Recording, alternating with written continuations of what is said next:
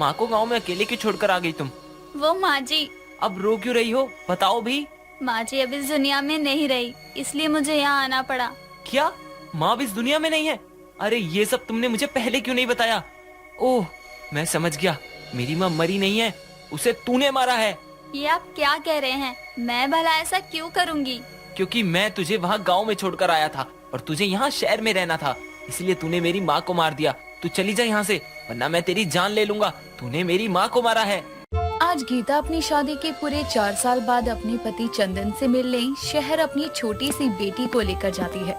शादी के 1 हफ्ते बाद ही चंदन उसे गांव में अपनी माँ के पास छोड़कर चला गया था। पर हाल ही में चंदन की माँ की मौत हो गई थी, जिसके बाद अब गांव में गीता का कोई नहीं था और इसलिए अब गीता अपने पति के पास शहर उसी के साथ रहने वाली थी। गीता चंदन के घर के बाहर पहुंच जाती है और दरवाजे पर दस्तक देती है। चंदन दरवाजा खोलता है और गीता को देखकर उसके होश उड़ जाते हैं और वो उसे अंदर खींचकर दरवाजा बंद करके कहता है, अरे तुम यहाँ कैसे? क्या मतलब यहाँ कैसे? मैं आपकी पत्नी हूँ तो क्यों नहीं आ सकती मैं यहाँ? तुम्हें यहाँ का एड्रेस कहाँ से मिला? वो आपके दोस्त से लिया था। पर आप इतने परेशान क्यों हैं मेरे यहाँ आने से?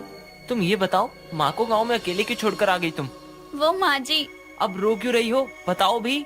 माँ जी अब इस दुनिया में नहीं रही, इसलिए मुझे यहाँ आना पड़ा। क्या माँ भी इस दुनिया में नहीं है? अरे ये सब तुमने मुझे पहले क्यों नहीं बताया? ओह, मैं समझ गया, मेरी माँ मरी नहीं है, उसे तूने मारा है।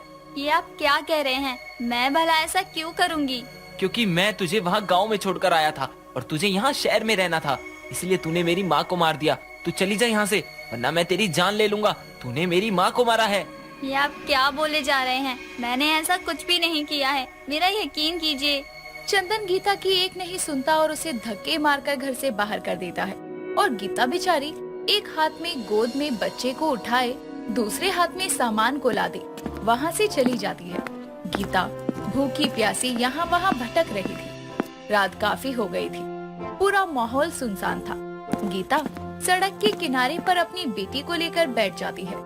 तभी 2 शराबी वहाँ से गुजर रहे थे और उनकी नजर गीता पर पड़ती है और उनमें से एक कहता है, अरे वो देख क्या माल है, लगता है शहर में नई आई है, चल देखते हैं। दोनों शराबी गीता के पास जाकर कहते हैं, अरे मैडम यहाँ क्या कर रही हो, वो भी इस बच्ची को लेकर? कैसा सवाल कर रहा है तू भी, दिख नहीं रहा मैडम कितनी परेशान है। चलिए मैं आपको घर तक छोड़ देता हूँ। मेरा कोई घर नहीं है यहाँ। अरे तो क्या हुआ, हमारा घर है ना, चलो हमारे साथ रह लेना। तुम लोग मुझे ठीक नहीं लग रहे हो, यहाँ से चले जाओ, मुझे अकेला छोड़ दो। अरे ऐसे कैसे? वो दोनों गीता का हाथ पकड़ने ही वाले थे कि तभी वहाँ सोनू नाम की एक औरत आती है और उन दोनों शराबियों को वहाँ से भगा देती है, क्योंकि इस महिला को सभी लोग अच्छे से जानते थे। इसीलिए दोनों शराबी भी बिना बहस किए भाग जाते हैं और फिर सोनू गीता से कहती है, अरे तू पागल है क्या, जो इतनी रात को यहाँ सड़क पर बैठी है? अगर मैं नहीं आती तो तुझे कुछ हो जाता तो? दीदी मुझे माफ कर दो, मैं मजबूर थी और थक गई थी चल चल कर। और ये बता, ये बच्चा किसका है, चुरा कर लाई है क्या? नहीं दीदी, ये मेरी बेटी है। मैं गांव से अपने पति के साथ रहने आई थी, लेकिन उन्होंने। इतना कहकर गीता अपने साथ हुई सारी बातें सोनू को बताती है और उसकी कहानी सुनकर सोनू को बहुत बुरा लगता है और सोनू गीता को अपने साथ अपने घर ले आती है और गीता से कहती है, देख तू एक औरत है, ऊपर से जवान भी, और तेरी एक बच्ची भी है, तो साफ बात है कि तुझे यहाँ रहना होगा, तो काम भी करना होगा ना, और अपना खर्चा उठाना होगा। बोल, मंजूर है? दीदी आपने मुझे रहने के लिए घर दिया, यही मेरे लिए बहुत बड़ी बात है और मैं अपनी बेटी के लिए कुछ भी काम करने को राजी हूँ। देख कुछ भी नहीं करना, बस चने बेचने होंगे, वो भी रेलवे स्टेशन पर। हाँ दीदी मैं कर लूँगी। इतना कहकर सोनू पहले गीता को कुछ खाने को देती है, फिर उसे सोने के लिए एक कोना बताती है। वो एक छोटी सी जगह थी जहाँ गीता अपनी बेटी के साथ सोती है। अगली सुबह गीता उठकर ये सोचती है, कल वो बड़े गुस्से में थे, आज एक बार मैं उनके पास जाकर माफी मांग लूंगी, उनके पैर पकड़ लूंगी, शायद वो मुझे माफ करके अपना ले और हमारी बेटी तान्या को भी देखकर खुश हो जाएंगे वो। तभी सोनू वहाँ आकर कहती है, उठ गई तू? चल अब जल्दी काम पर जाना है। पर दीदी, मेरी बेटी, उसे कौन देखेगा? कौन देखेगा मतलब? अरे यहाँ क्या नौकर रखे हैं तेरे बाप ने, जो उसे कोई देखने वाला भी चाहिए? चल चुपचाप उसे लेकर। सोनू की बात सुनकर गीता अपनी बेटी तान्या को अपनी कमर पर एक चुन्नी से बांध लेती है और सर पर चना मसाला की टोकरी रखती है। उसके साथ सोनू भी चल देती है। अब दोनों ही रेलवे स्टेशन पर जाती है और सोनू गीता से कहती है, देख गीता, जैसे जैसे मैं करूँ वैसे वैसे तू भी करना। ठीक है दीदी। चना ले लो, चना, चटपटा मसालेदार चना। अब तू ऐसे बोल, चना ले लो, चना, मजेदार चना। हाय राम, अगर ऐसे ही आवाज लगाएगी ना तो चने का एक दाना भी नहीं बिकेगा। जोर से बोल। ठीक है दीदी। चना ले लो, चना, चटपटा मसालेदार तीखा चना। ये हुई ना बात, अब तू वहाँ जाकर बेच और मैं यहाँ जाती हूँ। ठीक है दीदी। इतना कहकर सोनू और गीता दोनों अलग अलग जगह जाकर चने बेचने लगती हैं। तभी एक छोटा सा बच्चा आता है और गीता से चना मांगने लगता है। तभी उसकी माँ रीना भी वहाँ आती है और गीता से कहती है, बहन कैसे दिए चना? मेम साहब 10 रुपए का। दे देना जरा, मेरा बेटा कब से रो रहा है। तभी गीता की बेटी तान्या रोने लगती है, जिसे देखकर रीना कहती है, अरे आप इस बच्ची को लेकर चना बेच रही है? आपके पति का है जो आप ऐसे चना बेच रही हैं? गीता के कुछ कहने से पहले ही वहाँ चंदन आता है और रीना से कहता है, अरे तुम यहाँ आओ, मैं तुम दोनों को सारे में देख रहा था। तभी उसकी नजर गीता पर जाती है और उसके होश उड़ जाते हैं।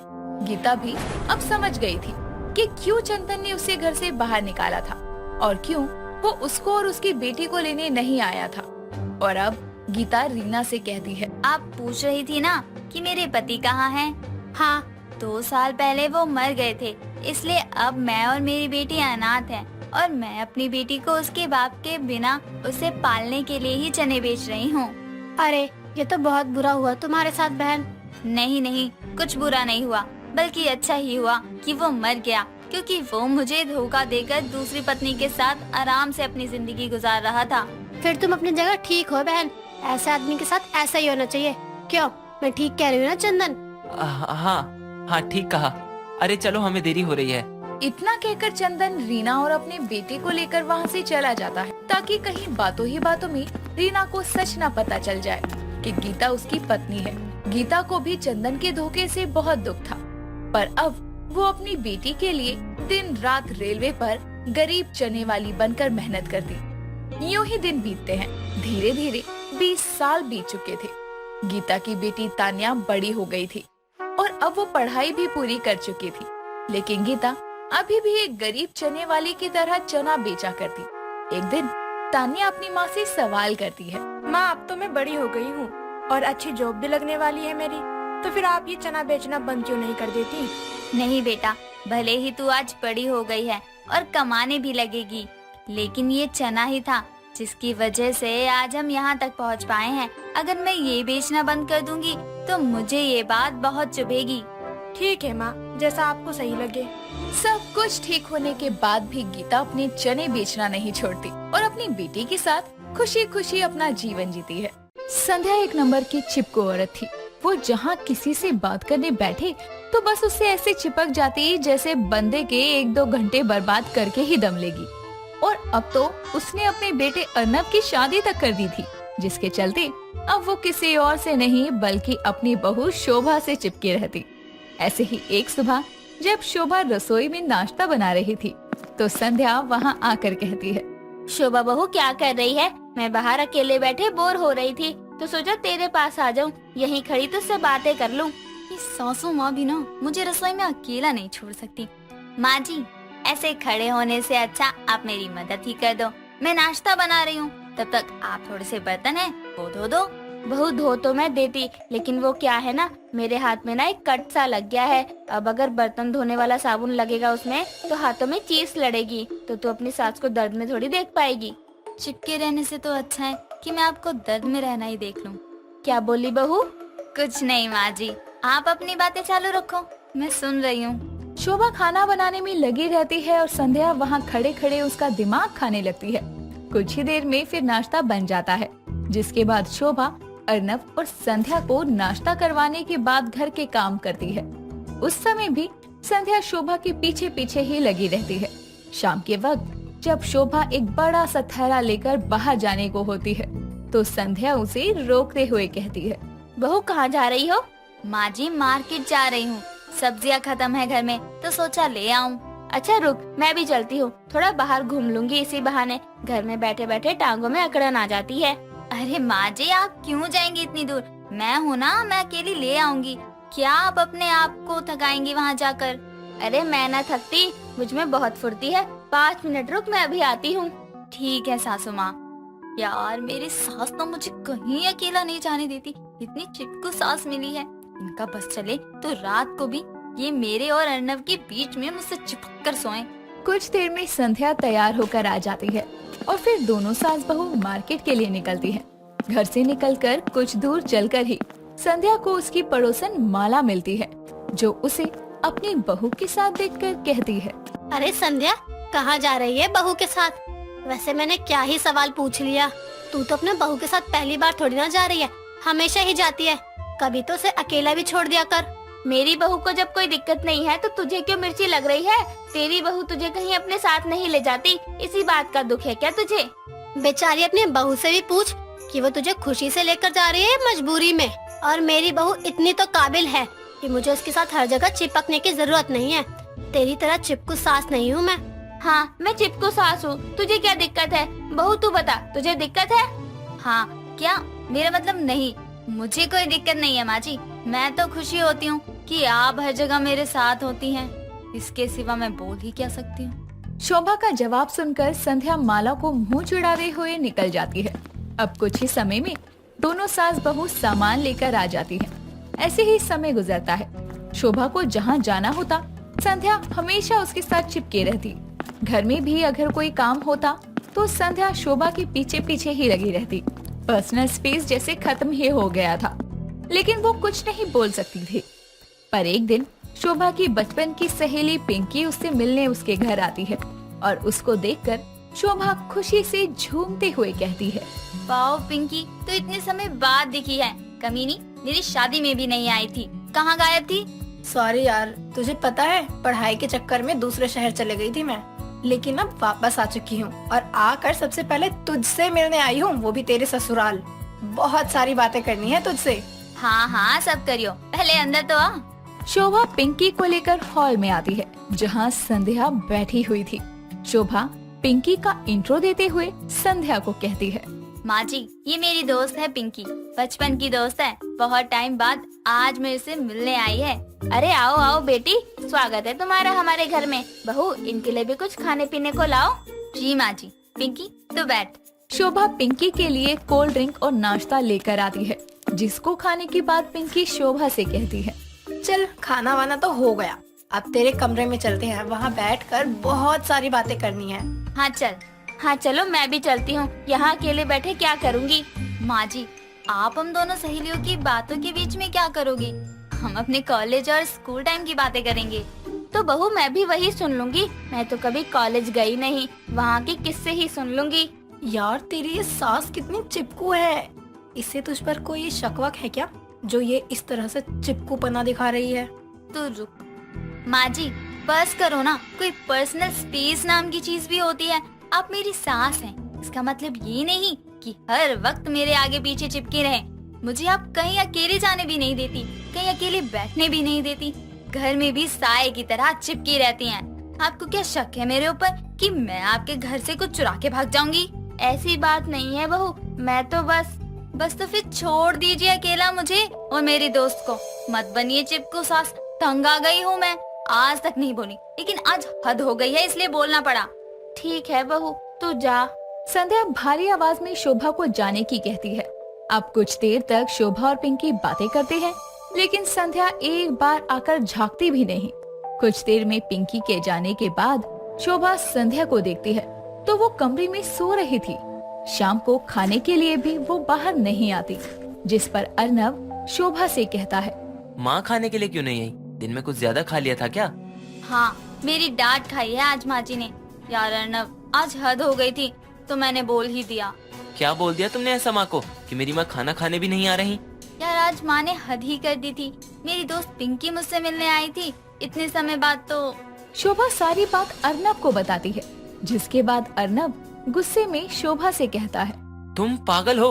अरे थोड़ा तो सोच लिया करो बोलने से पहले। मेरी माँ को दिन से अकेला छोड़ा हुआ है, पूछा तक नहीं होगा जाकर माँ अब ठीक हो या नहीं। हटो यहाँ से। अर्नब भागता हुआ अपनी माँ के कमरे में जाता है तो संध्या वहाँ लेटी हुई थी और उसके माथे पर वो हाथ रखता है तो उसे पता चलता है कि संध्या को तेज बुखार है।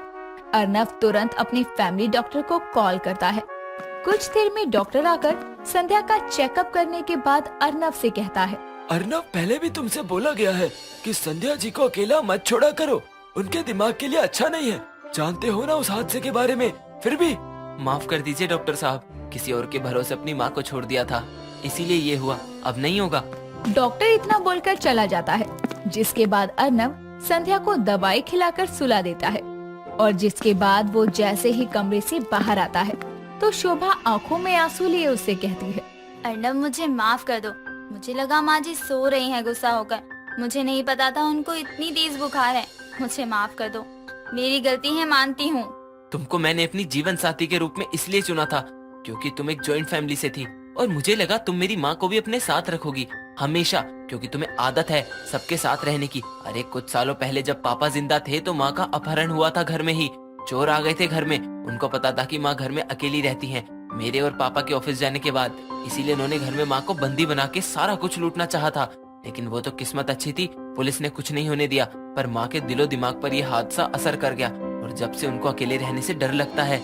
इसलिए माँ जी जहाँ भी जाती थी मेरे साथ जाती थी, अकेली नहीं बैठती थी। हाँ, रात को अपने कमरे में अकेला सोना पड़ता है, इसीलिए वो पूरी रात भजन लगा के सोती हैं फोन में, ताकि कोई अगर गलती से भी घर में आए तो उसको लगे वो जगी हैं। मुझे माफ कर दो अर्नब, मेरी गलती है, लेकिन अब से मैं माँ जी को कभी अकेला नहीं छोड़ूंगी। अब तक वो चिपकू सास थी, अब से मैं चिपकू बहू बन जाऊंगी। बस मुझे माफ कर दो। ठीक है। शोभा अगले दिन संध्या से माफी मांगती है और उसको वादा करती है कि अब कभी उसे अकेला नहीं छोड़ेगी।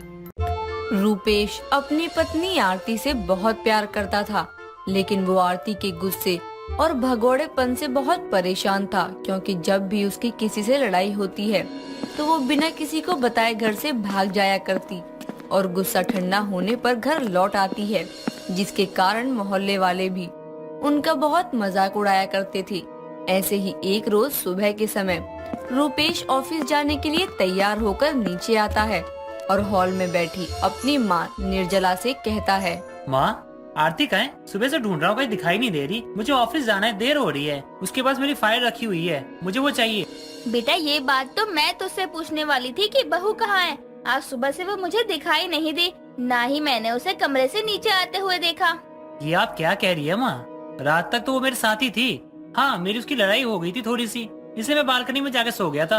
हे भगवान, कहीं तेरी बीवी फिर से तो नहीं भाग गई तुझसे गुस्सा होकर?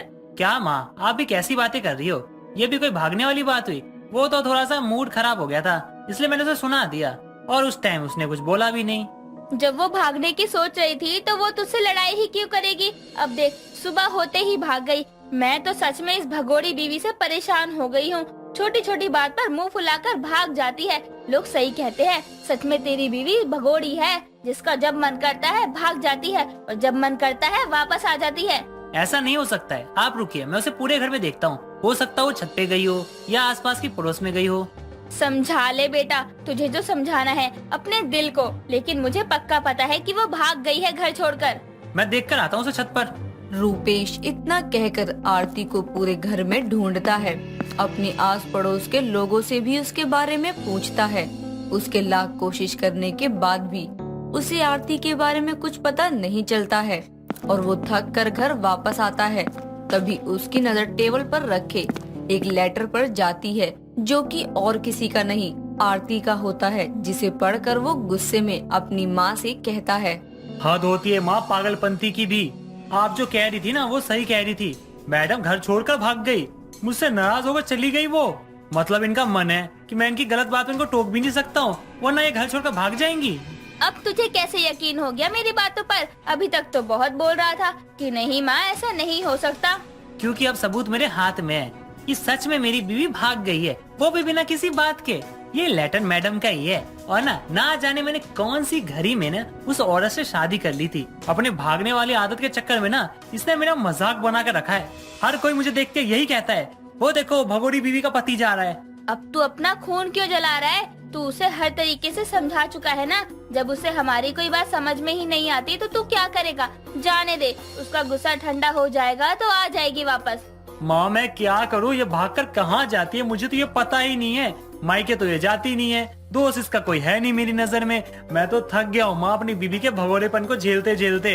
रूपेश इतना कहकर अपने कमरे में चला जाता है। ऐसे ही समय बीतता है। तभी एक रोज निर्जला रसोई में बर्तन धो रही होती है। तभी उसकी पड़ोसन मीना उसके घर आती है और उसे बर्तन धोते हुए देखकर कहती है, निर्जला बहन, इस उम्र में आप बर्तन क्यों धो रही हैं? आपकी बहू कहाँ है? कौन सी किताब में लिखा है बहू के आने के बाद काम नहीं कर सकते? काम करने से सेहत अच्छी रहती है। वो बात तो ठीक है, लेकिन आपके घुटनों में दर्द रहता है ना, और अब आप बर्तन धो रही हैं। जिसकी तेरे जैसी भगोड़ी बहू होगी उसका बुढ़ापे में यही हाल होने वाला है। कहाँ खो गई आप? वैसे आपने बताया नहीं कि आपकी बहू कहाँ है। दिखाई नहीं दे रही है, कहीं फिर से तो नहीं भाग गई? मीना की बातों का निर्जला के पास कोई उत्तर नहीं होता है, इसीलिए वो चुपचाप उसकी बातें सुन रही होती है। तभी आरती अपने कमरे से तैयार होकर नीचे आती है और मीना से हंसते हुए कहती है, हाँ मीना आंटी, अब बताइए क्या कह रही थी आप? वो क्या है ना कि सभी सास आपकी तरह कठोर दिल वाली नहीं होती, जो अपनी गर्भवती बहू से भी जानवर की तरह काम करवाए। मेरी तबीयत खराब थी, इसलिए माँ जी बर्तन धो रही थी। आगे और कुछ जानना है या आज के लिए आपकी रिपोर्ट पूरी हुई? आरती की बात सुनकर मीना गुस्से में वहाँ से चली जाती है। अपनी बहू आरती को अचानक अपने सामने खड़ा देखकर निर्जला का सर घूमने लगता है। तभी उसका बेटा रूपेश वहाँ आता है और आरती को देखकर कहता है, ऐसे कर्म करती क्यों हो कि तुम्हें अपने घर की खिड़की से कूद कर आना पड़े? खिड़की से? मैं कुछ समझी नहीं बेटा। माँ, आपकी जो बहू रानी है ना, ये खिड़की से अपने कमरे में आई है और मैंने इसको खिड़की पे चढ़ते हुए देख लिया था। दरअसल मैं घर ही आ रहा था, लेकिन मीना आंटी को देखकर ना बाहर ही रुक गया। तभी मैंने इसको ना खिड़की से कूदते हुए देखा। मैं वही सोच रही थी, बहू कमरे में कैसे आई? ये तो भाग गई थी। देखो मैं तुम्हें आखिरी बार समझा रहा हूँ, तुम अपनी ना भगोड़ेपन वाली आदत को छोड़ दो और सुधर जाओ, वरना किसी दिन ना मुसीबत में फंस जाओगी और हमें पता भी नहीं चलेगा। तो आप मुझसे लड़िए ही मत ना। लड़ाई होती है तो मुझे गुस्सा आता है और लड़ाई आगे बढ़ाने की जगह मैं खुद ही भाग जाती हूँ। लेकिन इससे मेरी कितनी बदनामी होती तुम्हें पता भी है क्या? सभी आस पड़ोस के लोग और मेरे दोस्त यार सभी मुझे ना भगोड़े का पति बुलाते हैं। मैं सच बोल रहा हूँ, अगर इस बार तुम भागी ना, मैं तुम्हें घर में घुसने तक नहीं दूंगा। रूपेश इतना कहकर वहाँ से चला जाता है। ऐसे ही समय बीतता है, लेकिन आरती अपने भगौड़ेपन की आदत से बाज नहीं आती है। एक रोज आरती हॉल में पोंछा लगा रही होती है। तभी उसकी सास निर्जला वहाँ आ जाती है और फर्श गीला होने की वजह से उसका पैर फिसल जाता है और वो खिंचलते हुए जमीन पर गिर जाती है। उसकी आवाज सुनकर रूपेश भागते हुए अपनी माँ के पास आता है और उन्हें जमीन से उठाते हुए अपनी पत्नी से कहता है, तुम एक काम भी ठीक से नहीं कर सकती हो क्या सिवाय भागने के? मेरी पूरी जिंदगी खराब हो गई है तुमसे शादी करके। ना तुम अच्छी बहू बन पाई, ना ही बीवी। बस कर, कितना सुनाएगा बहू को? फर्श गीला था, मुझे देखना चाहिए था। बहू की गलती नहीं है, मैं ठीक हूँ, मुझे ज्यादा चोट नहीं लगी। तू जा अपने ऑफिस। अपनी माँ के कहने पर रूपेश ऑफिस के लिए निकल जाता है और आरती भी अपने घर के कामों में लग जाती है। कुछ देर बाद आरती अपनी सास से कहकर मार्केट के लिए निकल जाती है। आरती सामान लेकर घर लौट ही रही होती है। तभी कुछ गुंडे उसे सोने के गहने पहने हुए देखकर किडनैप कर लेते हैं। वहीं दूसरी तरफ देर रात तक मार्केट से घर ना लौटने पर आरती के पति और सास को लगता है कि वो फिर से घर छोड़कर भाग गई है, जिस पर रूपेश गुस्से में कहता है, माँ बहुत हो गया, अगर इस बार आरती घर छोड़कर भागी है ना, तो अब मैं उसे ना इस घर में आने दूंगा ना ही उसे ढूंढूंगा। मुझे लगा कि उसे अपनी गलती पर पछतावा होगा, लेकिन मैडम को तो अपने भगोड़ेपन से फुर्सत ही नहीं मिलती। तो ठीक है, अब इन्हें भागने ही दो। रूपेश इतना कहकर वहाँ से चला जाता है। ऐसे ही समय बीतता है, लेकिन आरती के घर ना लौटने पर भी कोई भी उसे ढूंढने की कोशिश नहीं करता है। ऐसे ही कुछ दिन और गुजरते हैं और आरती जैसे तैसे करके उन गुंडों से अपना जान बचाकर अपने घर पहुंचती है। उसको जख्मी हालत में देखकर उसका पति उससे कहता है, अब ये तुम्हारा कौन सा नया नाटक है? तुमने ये क्या हाल बना रखा है अपना? इस बार तुम कुछ भी करो, मैं तुम्हें इस घर में नहीं रहने दूंगा। चुप कर तू, उसकी हालत देख। उसको देखकर लग रहा है कि वो नाटक कर रही है। बहू बताना ये सब क्या है? अपनी सास के बार बार पूछने पर आरती रोते हुए अपने साथ हुए हादसे के बारे में बताती है, जिसे सुनकर सबके होश उड़ जाते हैं। तभी रूपेश कहता है, देखा, मैंने तुम्हें पहले ही कहा था कि अपनी ये बार बार भागने वाली आदत छोड़ दो, वरना कहीं तुम अगर सच में मुसीबत में फंसोगी तो हमें तो लगेगा तुम भाग गई हो। आप सही कह रहे हैं। मेरी इस आदत के चलते आज मेरी जान पर बनाई। मुझे माफ कर दीजिए, मैं आगे से कभी ऐसा नहीं करूंगी। आरती इतना कहकर रूपेश को गले लगा लेती है और उनसे अपनी गलती की माफी मांगकर और दोबारा फिर कभी घर छोड़कर ना भागने का वादा भी करती है। अंकित के साथ पारुल की शादी को 2 साल हुए थे और दोनों की जिंदगी बड़ी खुशी से चल रही थी। एक दिन जब अंकित उसके पास उसके कमरे में बैठा हुआ होता है तो उसे उदास देखकर पारुल कहती है, क्या बात है जी, आप इतना उदास क्यों बैठे हो? सब ठीक तो है ना? सब ठीक है पारुल, लेकिन मुझे हमेशा ये चिंता सताती रहती है कि ना जाने मेरी बहन अपने ससुराल में कैसी होगी। सब जब से जीजा की मौत हुई है मुझे हर समय उसका ख्याल परेशान करता रहता है। देखो, अगर आप ऐसे परेशान होगे तो ऐसे कैसे चलेगा? आपको इतनी ही याद आ रही है तो कल आप ऑफिस से जल्दी आ जाना। हम दोनों शालिनी के ससुराल जाकर उनसे मिल लेंगे। हाँ, ये तुमने सही बोला। चलो अब सो जाते हैं, कल ऑफिस भी तो जाना है। अंकित और पारुल ये सब सोचकर सो जाते हैं। वहीं दूसरी तरफ शालिनी के कमरे में उसकी सास आकर उसे देखती है। बहू, ये क्या? तू तो कमरे में आकर आराम करने लगी। मैंने तुझसे बोला था कि आज मेरा खाना खाने का मन नहीं है, मुझे 1 गिलास दूध गर्म करके दे दे। माँ जी, जब आप इस बात की शिकायत करने इस कमरे तक आ सकती हो, क्या खुद जाकर रसोई से अपने लिए 1 गिलास दूध नहीं ले सकती? बहू, ये तू कैसी बात कर रही है? मैं तो तुझसे प्यार से बात कर रही हूँ और तू मुझे ही सुना रही है। देखो माँ जी, आपका बेटा मरने से पहले मेरे लिए नौकरों की फौज तो छोड़कर नहीं गया, इसलिए आपको जो भी चाहिए खुद ले लिया करो। इन कामों के लिए मुझे परेशान करने की कोई जरूरत नहीं है। अब जाओ यहाँ से, मुझे आराम करने दो। माँ जी, मुझे माफ कर दो, लेकिन मुझे मेरे मायके जाने के लिए ये सब करना पड़ेगा। उम्मीद है कि आप मुझे माफ कर दोगी। शालिनी की ये कड़वी बात सुनकर कंचन रोते हुए अपने कमरे में आकर सो जाती है। जिसके बाद अगली सुबह पारुल और अंकित शालिनी से मिलने उसके घर आते हैं और अंकित कंचन से पूछता है, आंटी जी, मेरी बहन से कोई परेशानी तो नहीं है ना आपको? सब ठीक तो है ना? अब बच्चे, मैं तुझे बताकर परेशान क्यों करूँ? जब से मेरा बेटा गया है तेरी बहन ने मेरा जीना हराम कर रखा है। हाँ बेटा, सब सही है, तेरी बहन तो हीरा है, हीरा। माँ जी, अगर आपको एतराज ना हो तो क्या हम शालिनी से जाकर उसके कमरे में बात कर ले? हाँ हाँ बेटा, क्यों नहीं, ये भी कोई पूछने की बात है। पारुल और अंकित शालिनी के कमरे में जाते हैं और वहाँ पारुल शालिनी से कहती है, शालिनी, तुम्हारे भैया को तुम्हारी बहुत चिंता रहती है और वो ये जानना चाहते हैं कि तुम इस घर में खुश हो या नहीं। इससे अच्छा मौका नहीं मिलेगा मुझे मेरे मायके जाने का। अब मुझे मेरे मगरमच्छ के आंसू बहाकर भैया को राजी करना ही होगा कि वो मुझे अपने साथ मायके ले जाए, और कोई चारा नहीं है मेरे पास। भाभी, भैया, क्या बताऊँ आप दोनों को। सासू माँ को मैं माँ जैसी मानती हूँ, लेकिन ये मुझसे नौकरों की तरह काम करवाती हैं और मारपीट भी करती हैं। अंकित ये सुनकर भावुक हो जाता है और पारुल से कहता है, देखा, मैंने बोला था ना, मेरी बहन खुश नहीं है यहाँ पर। शालिनी, तू अपना सामान पैक कर, अब तू घर चलेगी। मेरा दिल ये क्यों बोल रहा है कि मेरी विधवा ननद झूठी है और झूठ बोल रही है। पारुल को शालिनी पर शक होता है, लेकिन अपने पति के अपनी बहन को लेकर प्यार को देखते हुए वो कुछ नहीं कहती और शालिनी पारुल और अंकित के साथ अपने मायके आ जाती है, जिसे अपने घर देखकर उसकी माँ अनमोल कहती है, तू यहाँ कैसे और इतना सामान क्यों लाई है? माँ, अब से ये इसी घर में रहेगी। वहाँ इसकी सास इसकी कदर नहीं करती और ये मेरा आखिरी फैसला है। पर बेटा, पर कुछ नहीं माँ, मैंने जो बोल दिया वो बोल दिया। अंकित ये बोलकर अपने कमरे में चला जाता है और अनमोल भी इस बात से बहुत परेशान हो जाती है और ये सब पारुल भांप लेती है। जिसके बाद वो अपनी सास के कमरे में जाकर कहती है, क्या बात है माँ जी, मुझे ऐसा क्यों लग रहा है कि आप शालिनी के इस घर में आने से खुश नहीं हो? तू मेरी बहू है, अब तुझसे क्या ही छुपाना।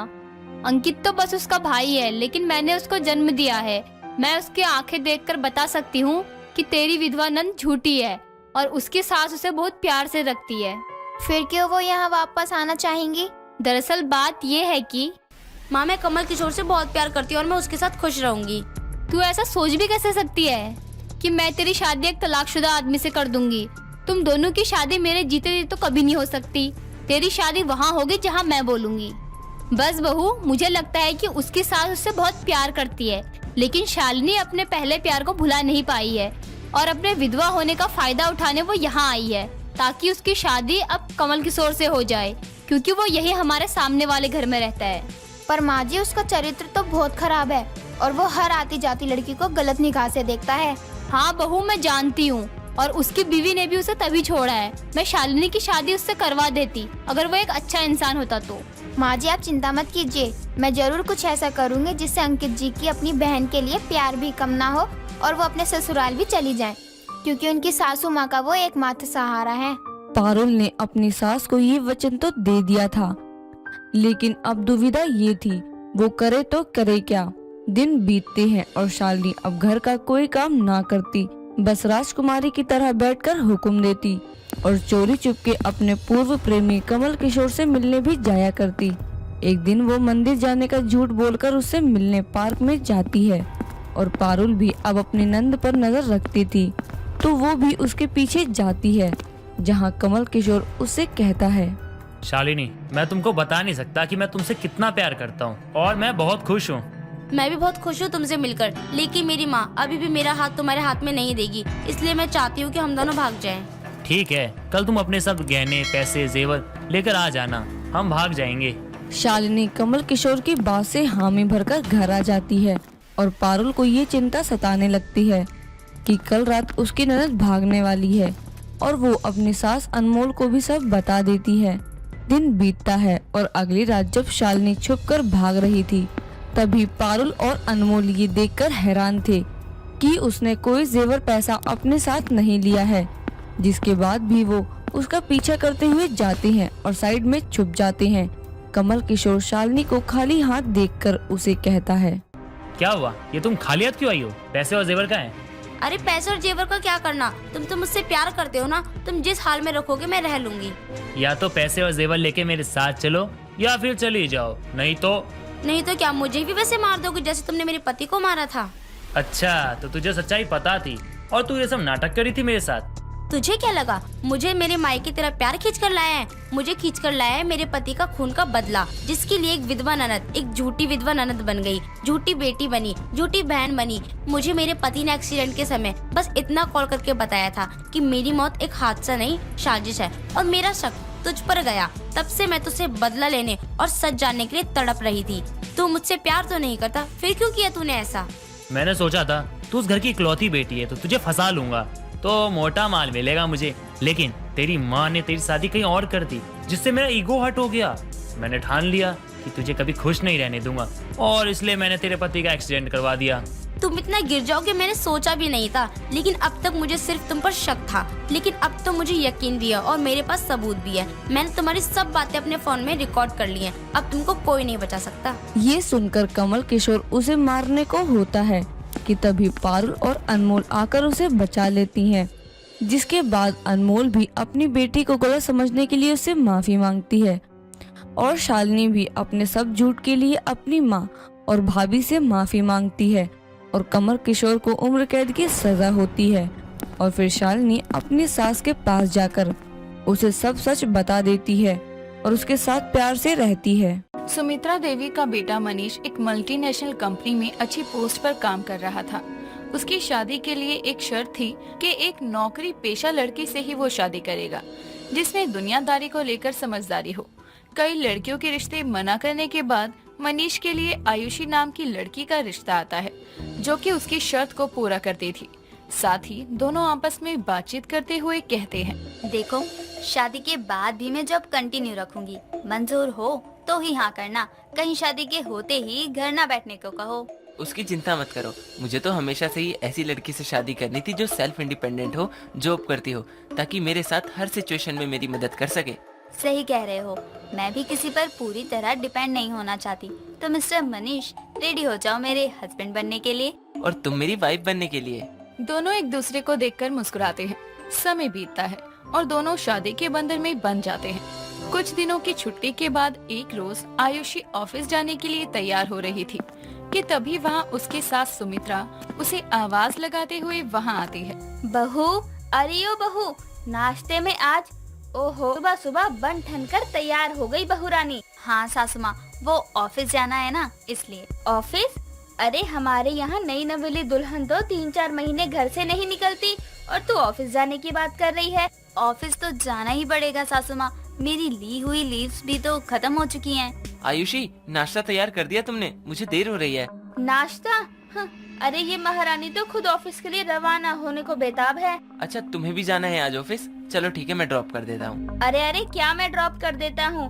अरे बहू सुबह ऑफिस जाएगी तो मोहल्ले वाले क्या कहेंगे कि सुमित्रा ने नई नवेली बहू को आते ही कमाने भेज दिया।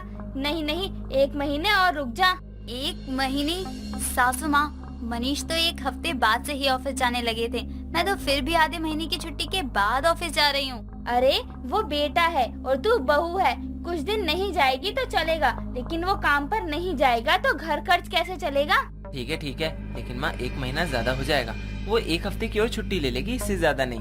अरे पर मान जाओ प्लीज, माँ जिद्दी है, तुम जानती हो। इस तरह आखिरकार आयुषी अपनी सास की बात मानकर 1 हफ्ता और घर पर ही गुजारती है। उसके बाद ही दोबारा अपनी जॉब ज्वाइन करती है। लेकिन अपनी बहू के शादी के बाद भी काम करने को लेकर सुमित्रा खुश नहीं थी। वो आए दिन उसे घर ना संभालने के ताने दिया करती। एक रोज आयुषी सुबह जल्दी उठकर सारा काम खत्म करके नाश्ता कर रही थी कि तभी उसकी सास वहाँ आती है और उसे नाश्ता करते देखकर कहती है, वाह वाह, सास और पति को चाय भी नहीं पूछी और खुद नाश्ता करने बैठ गई।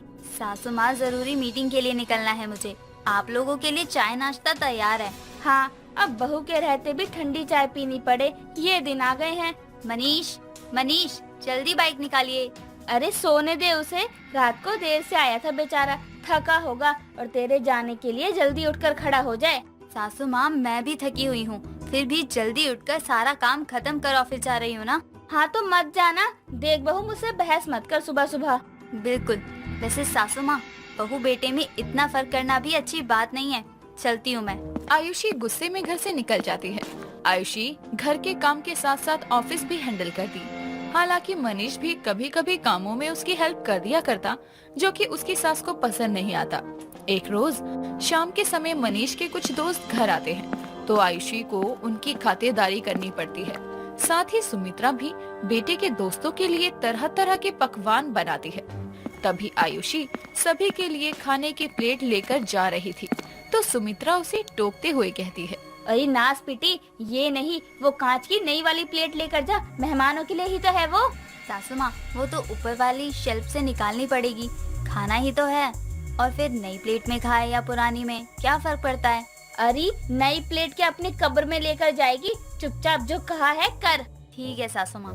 आयुषी स्टूल पर चढ़कर शेल्फ से नई प्लेट्स निकालती है और कुछ ही देर में मनीष के सभी दोस्त खाना खाकर चले जाते हैं। समय बीतता है और इस बीच आयुषी का ऑफिस में प्रमोशन होता है।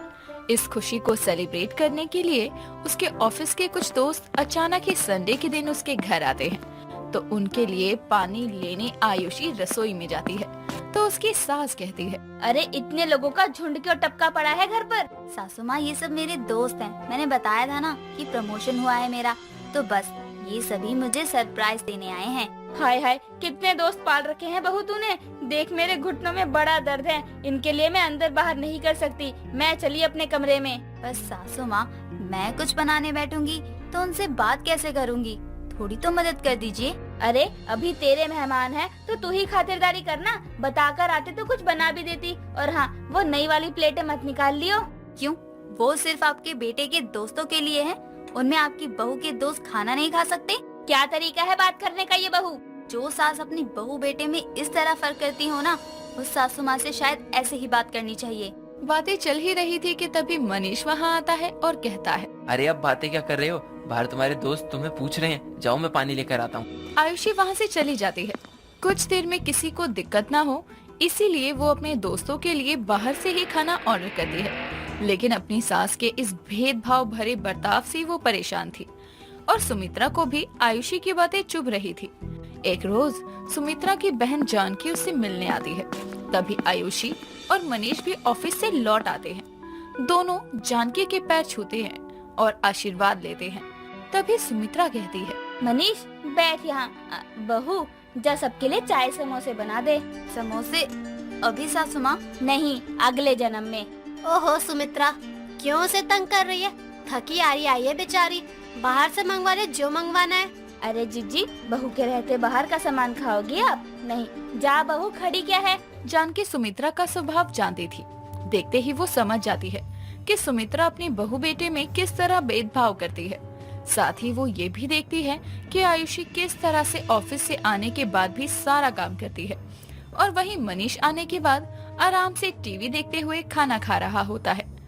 रात को जब सब सोने चले जाते हैं तभी सुमित्रा जानकी को हॉल में लेकर आती है, जहां आयुषी अपने सर में बाम लगा रही थी। मुझे यहाँ क्यों लाई हो जीजी? तेरी बहू की हालत दिखाने, जो तुझे कभी नजर नहीं आती। कैसी बेरहम सास है तू सुमित्रा। तेरी बेटा बहू दोनों ही कमाते हैं। बहू तो तेरे बेटे के बराबर कमाने लगी है, अब फिर भी तू अपने बेटे बहू में कितना फर्क करती है। वो बेचारी काम से लौटकर घर का सारा काम करती है। देख, अभी भी सर दर्द है उसे, तो खुद ही बाम लगा रही है। तुझे उस पर थोड़ा भी तरस नहीं आता? पर बहू का काम तो यही होता है ना जीजी, और मैंने नहीं कहा इसे नौकरी करने को।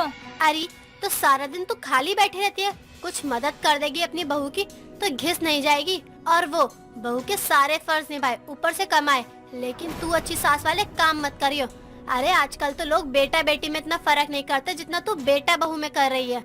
जानकी की कही बात के बारे में सुमित्रा रात भर सोचती है और सुबह अपनी बहू के लिए पहली बार खुद नाश्ता बनाती है। ये देखकर आयुषी भी हैरान थी। वो नाश्ता कर जाने लगती है, तभी सुमित्रा कहती है, बहू लंच तो ले जा, ऑफिस में इतना काम करती है, खाएगी नहीं तो काम कैसे करेगी? हाँ हाँ, सही कह रही हो आप। हैरान मत हो, अब से तेरी सास अपने बेटे बहू में कोई फर्क वाला बर्ताव नहीं करेगी। और तू क्या अभी तक ठूस रहा है? जल्दी खा और लेकर जा बहू को। आयुषी अपनी सास को गले से लगा लेती है और कुछ देर में अपने पति के साथ ऑफिस के लिए निकल जाती है।